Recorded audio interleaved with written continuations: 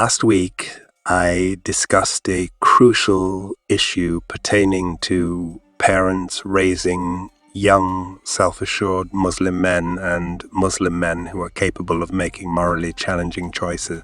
They are sufficiently manly that it is their obligation to raise young, self-assured Muslims when they are married up against a wall, forced to make tough choices or confident in their choice, among other situations.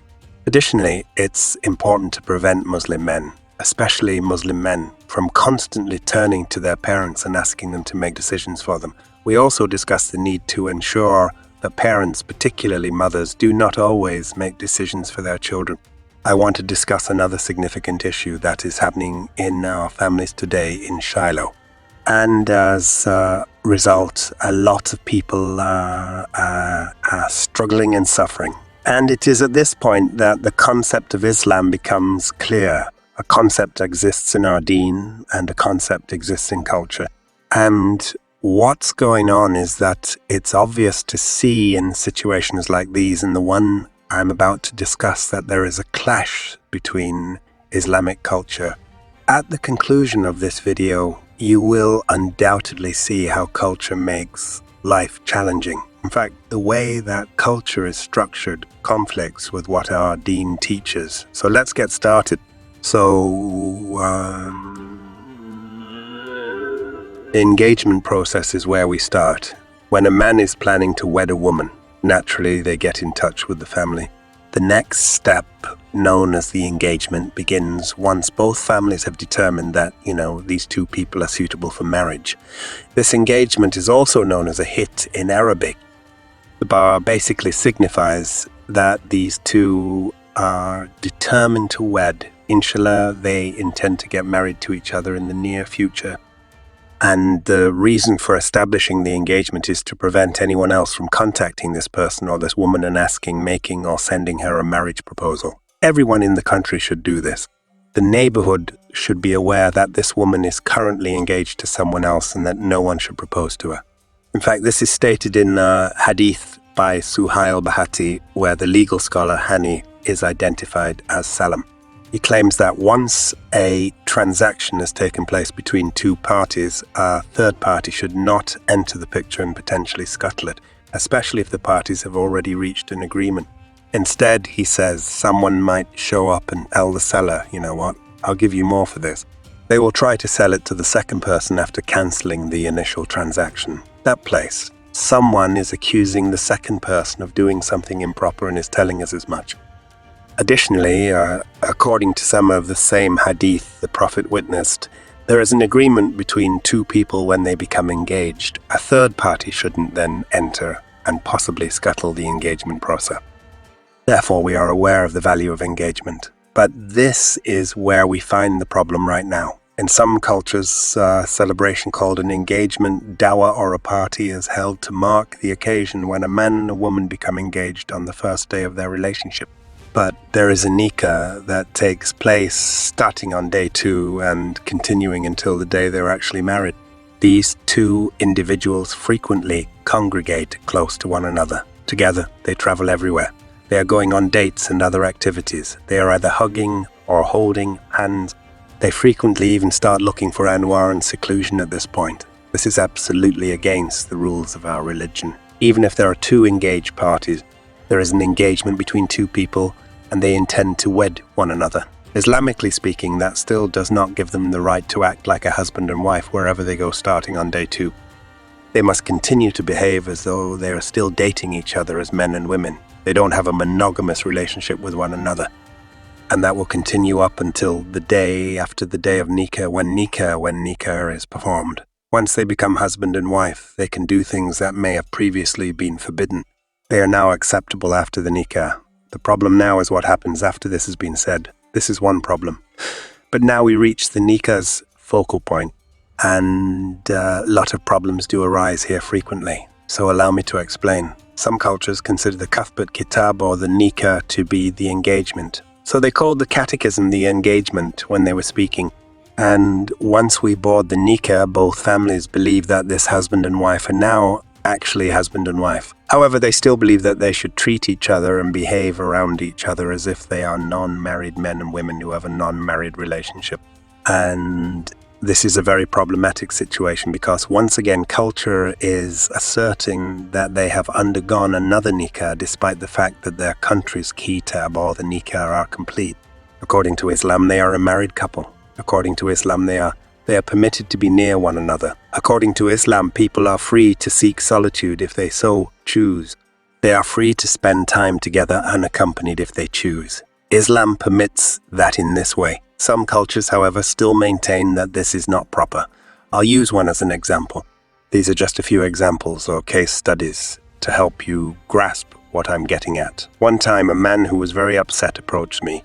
He actually told me a very intimate story. He claimed that even after I cut my kitab, I was prohibited from seeing my wife for the following 8 months. According to him, there was an 8-month gap between the time of his nikah and the moment the marriage was consummated. And I'll discuss that on the show later. This brother is telling me that even after the nikah was completed, his father-in-law forbade him from seeing his wife for the following 8 months. We have long had our big gaps between the nikah and the consummation. Actually, the father did not even give him permission to take his daughter, so this man who upset his wife did not even get permission to do so. This man forbade his son-in-law from taking his daughter anywhere, not even for a quick cup of coffee. Consequently, this is an extreme case once more. We can see that Islam allows them to both be in close proximity to one another. However, the culture once more asserts that they shouldn't be in close proximity to one another. And once more, this is a shining illustration of how culture is seriously complicating life for many of our young people. I'll give you one more illustration. Another sister of mine approached me. She claims to have been crying a lot. "Why are you crying?" I inquired of her sister. She claims that my husband and I are engaged, because engagement in some cultures simply means that these two people are determined to get married. I questioned her for further explanation. However, in some cultures, the word engagement refers to the fact that their nikah has already occurred, thereafter the nikah has already occurred, thereafter the nikah is over. I then request more information. She claimed that her Abdul nikah had already occurred, indicating that she is currently on tour. She has a husband and is a wife. She is. Of course they are married to each other. She was crying though. What justification? Here's a crucial point. She claims to me that she went to see her husband and gave him a hug while they were together. Pay close attention while I say this. She gave her husband a hug. She genuinely thinks she did something wrong. She actually thinks she did something wrong. I had to tell her sister that there was nothing wrong with her. She's telling me that he is your husband. However, they did inform me that we are still haram for one another in my culture. We're not supposed to be in each other's presence, etc.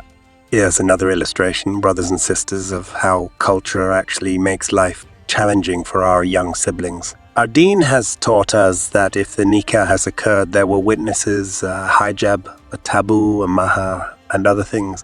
The fact that there was and that everything occurred in front of a wadi constitutes a complete nikah, making it impermissible to keep the two parties apart.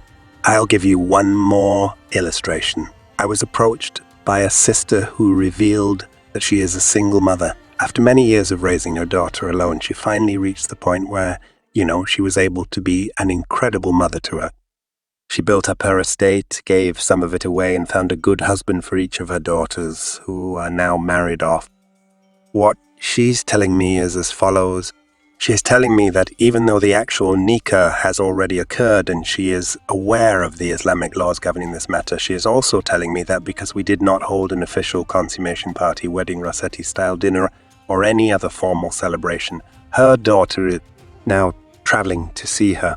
Her husband and daughter are going to her husband's house to see him. People in the neighborhood are now criticizing this woman and asking her, "What kind of a mother are you? Are you the right kind of mother? Are you the right kind of mother?" Not you. Do you not understand what tabi is? What do you instruct your daughter in? And she asks these other women in the neighborhood, "What am I doing wrong?" And these other individuals are criticizing her, asking how she could permit her daughter to visit her husband's home. The wedding has not yet occurred. The rosary, the consummation party, or the like, where they essentially send off the women, etc. That wedding never happened. How are you able to allow this and she claims to have the right under Islamic law.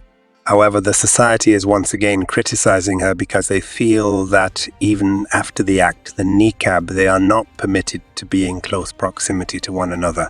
It is evident that there is a serious issue with these kinds of issues because when the niqab is worn, both the husband and the wife are permitted to be in the same vicinity. What if the wali has a contract with the husband or his future son-in-law? Is a question that many people have asked. In essence, the police say, okay, you know what? After finishing up with his future sound-law, inshallah, Allah, you will wed my daughter. However, there will be a time interval between the nikah and the actual wedding. I also don't want you to get close to her during this time. You know what? The father is saying that. You can go out with her, have coffee with her, go on a date and so on. Go to dinner and other things. It's all good now. No issue for me. What this father is doing right now is excellent, okay? The father is in perfect health. How he is acting. If he establishes a rule, he establishes a request that is both conditional and in place. Please, nothing should occur before the consummation, but you can be near each other and such. He is fine. This man should honor his agreement if he does so. And he made this promise to his future lawful father. Then again, other incidents do occur. I'll give you one now. I'll give you an example. This is a true story that took place, and the father who was speaking to his future son-in-law said, I don't want you to be necessarily intimate with my daughter and so forth, even though your nikah is taking place. And yes, you can be in close proximity to each other and so on. In a strange coincidence, they were already intimate before they even had the wedding party present and before they were legally married. They did complete their marriage, making them once more husband and wife. What about from an ethical standpoint? Did this man act unethically in that sense? He lied to his father-in-law about a promise he had made to him. Has he committed an offense? Yes, he did. Okay, there is no denying that. He made a commitment and he ought to have kept it. The father in that story, however, intervened and forced a talaq as well as a divorce because he became so upset in this specific circumstance. That man acted inappropriately. He ought to have kept his end of the bargain by refraining from intimacy. But in the end, they are a married couple, and yes, even if they were close, they would never hurt each other. Therefore, for this father to claim that now that she has done this and has done, this means that their union will now be formally dissolved, and he actually started the divorce process by pressuring his daughter to do so.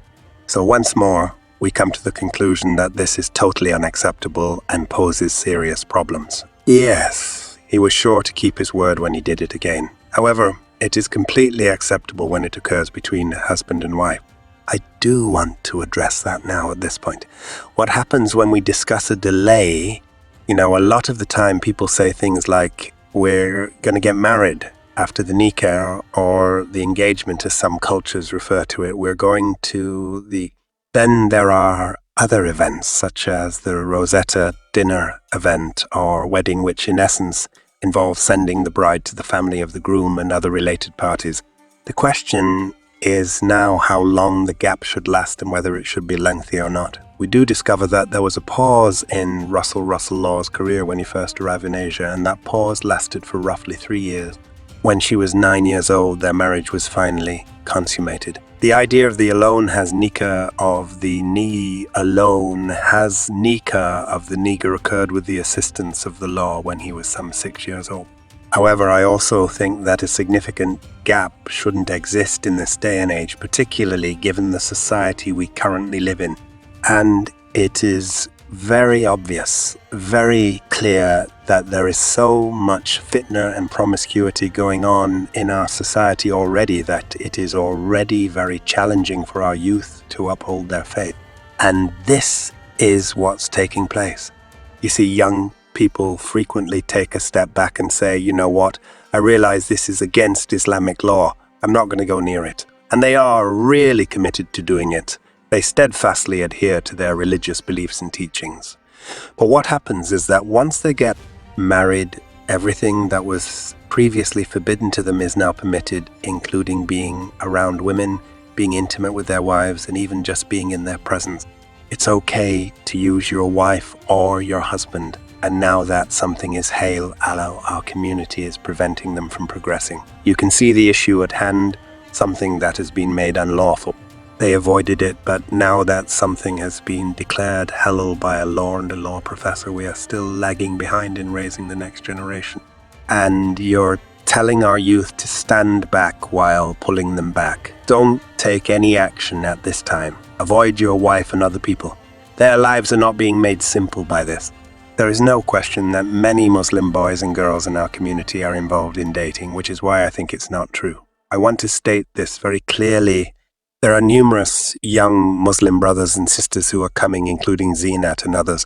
The reason for this is that we are preventing them from getting married by bringing our cultural teachings, cultural practices and cultural behaviors, as well as whatever we used to do in our families and the nations from which we originally came. And now we are bringing that and trying to infuse that into Islam. We have a very clear deen.